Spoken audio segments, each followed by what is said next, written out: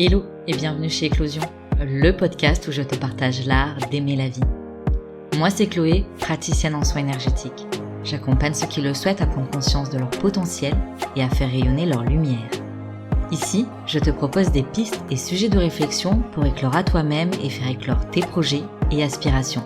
Si tu souhaites faire le plein de bonnes vibes, d'inspiration et de motivation, compte jusqu'à 3 et ensemble, on y va.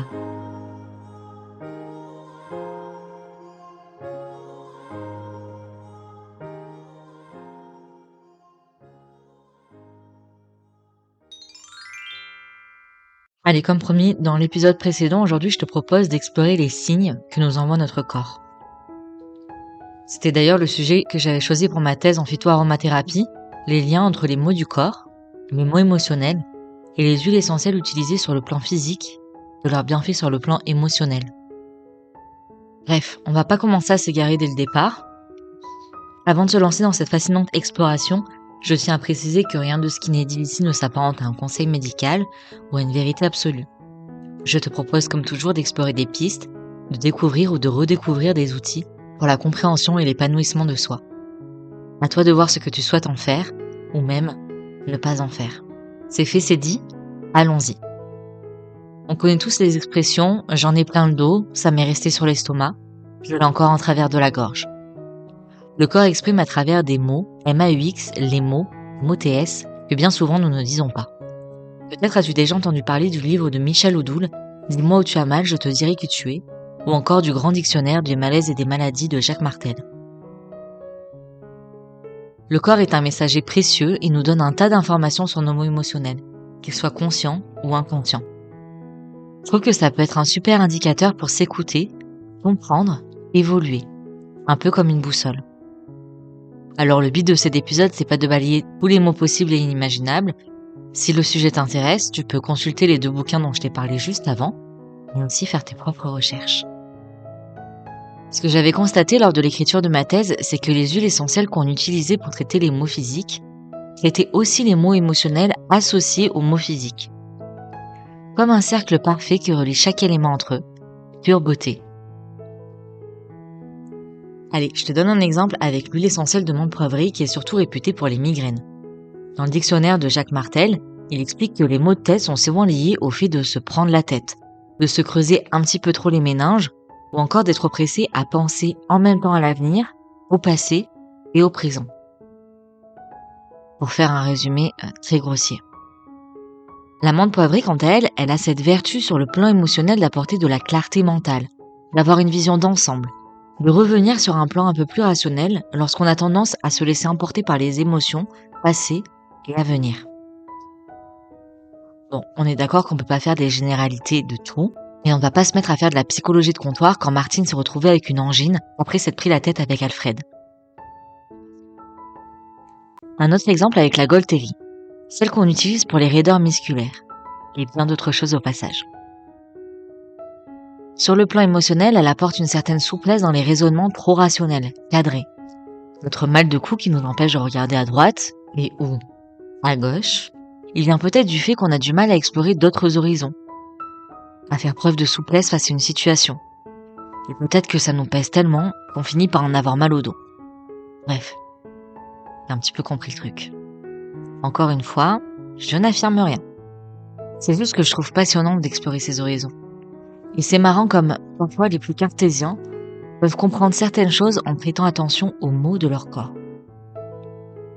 Ce que j'ai découvert récemment avec le yoga, et qui peut paraître logique, mais j'y avais jamais tellement porté attention auparavant, c'est qu'en mettant en mouvement le corps, on peut débloquer bien des choses, sans forcément y faire entrer le mental. Juste ressentir, simplement. Et par le mouvement, venir stimuler chakras, méridiens, on peut venir embrasser nos émotions, les libérer. Je vois un peu ça comme une danse où corps et cœur se rencontrent, se découvrent, se regardent dans les yeux, puis forment une spirale, un bal rien qu'à eux deux, l'un entraînant l'autre vers le haut, et l'autre portant l'un encore un petit peu plus loin. Ensemble s'expansant, jusqu'au soleil couchant. Bon, c'était juste pour imaginer un petit peu ce que cela pouvait m'évoquer. J'avoue que j'ai toujours été plus portée sur les émotions, le psychique, en gros sur l'âme et l'esprit. J'en avais presque oublié cette formidable enveloppe qui est notre corps. Le corps est magique, et j'avais envie que cette semaine, on fasse honneur au nôtre. Quel qu'il soit, peu importe les cicatrices qu'il porte, les tampons qu'il a là dans l'instant, prendre un instant pour respirer dans son corps et le remercier pour tout ce qu'il nous permet de vivre. L'invitation que je te fais cette semaine, c'est de te connecter ou de te reconnecter à ton corps. De prendre un instant dans ta journée, dans ta semaine, pour être en conscience dans ton corps et le chouchouter. Et pour explorer encore un petit peu plus le langage du corps, on peut aussi observer la façon qu'on a de se tenir. Debout, assis, couché. Est-ce qu'on a plus tendance à être en appui sur une jambe que sur l'autre? Est-ce que nos épaules ont tendance à rentrer vers l'avant, comme pour protéger notre cœur, notre centre, ou essayer de se faire tout petit? Bref, comme je te l'ai dit, on ne va pas tout balayer ici. Observe, ressens. Cela peut changer ta relation à ton propre corps. Et tu peux aussi observer comment le corps des autres s'exprime. Sans interprétation et sans ne rien vouloir affirmer, ni même enfermer. Parce que t'as peut-être déjà entendu dire que si on croise les bras, c'est qu'on se ferme. Ben en fait, pas forcément. Tu peux croiser les bras pour te laisser l'espace de t'exprimer, pour t'écouter. Je peux aussi les croiser pour protéger ma propre énergie et éviter de me charger de ce qui ne m'appartient pas. Tu vois, on peut pas dire que ceci est égal à cela. Parce que chaque chose en ce monde est unique. Tout possède sa propre vibration. Mais cela peut être intéressant d'observer. Dans le cadre de nos relations, ça peut aussi donner une autre dimension à notre compréhension. Alors voilà, avant de trop m'éparpiller parce que, je dois le redire, c'est un sujet que je trouve fascinant, je voulais te rappeler cette semaine la beauté de ton corps tel qu'il est. Parce que le corps abrite notre âme et notre esprit. Que notre âme s'exprime par le corps et que l'esprit lui donne la possibilité de faire bien plus que ce qu'il ne croit possible.